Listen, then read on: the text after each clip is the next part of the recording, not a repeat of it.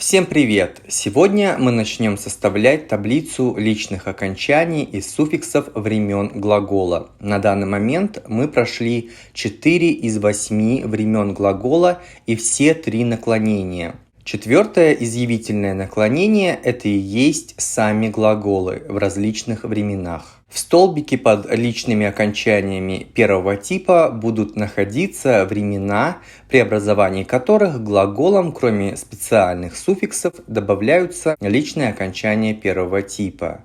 А в столбике под личными окончаниями второго типа расположены, соответственно, прошедшее время и условное наклонение, при образовании которых к глаголам добавляются личные окончания второго типа. Повелительное и желательное наклонение глагола, которые мы изучили в прошлом и позапрошлом уроках, в этой таблице не рассматриваются, так как подчиняются своим правилам.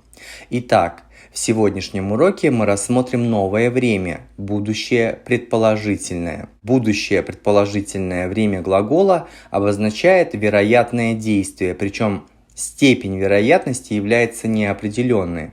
Образуется данное время с помощью суффиксов ар, ер, ре. После согласных ар, ер, в зависимости от твердости или мягкости слова, и ре после гласных.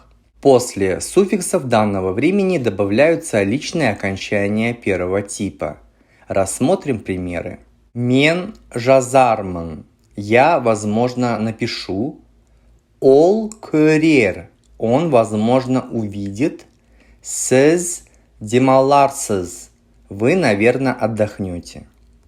Глаголам оқу, есту, ренжу, даму и так далее добавляются или в зависимости от твердости или мягкости слова. Затем добавляется суффикс ре.